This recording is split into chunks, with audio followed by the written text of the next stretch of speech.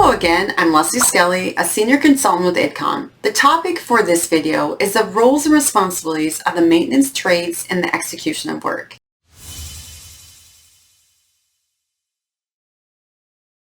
The purpose of effective work execution is to ensure safety and housekeeping are maintained, operations is satisfied with the work completed, proper transfer of equipment back to operations, and all necessary tasks are accomplished. First and foremost, tradespeople need to follow all safety plant rules, policies, and regulations.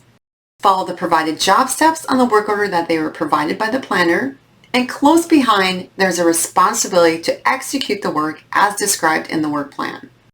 A common complaint of planners and engineers is that once the work package gets out of their hands, there's no knowing what will actually be done. It is the supervisor's responsibility to ensure that the maintenance trades are instructed to follow the assigned job plan, and the maintenance trades' responsibility to work as instructed. However, there will often be good, practical reasons to deviate from the work plan.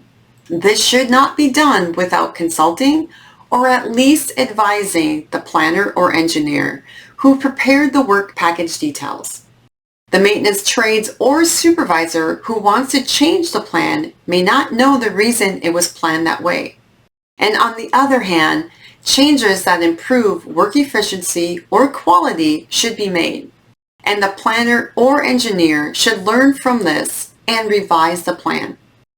It is many small changes that are recorded and implemented that over time result in world-class performance.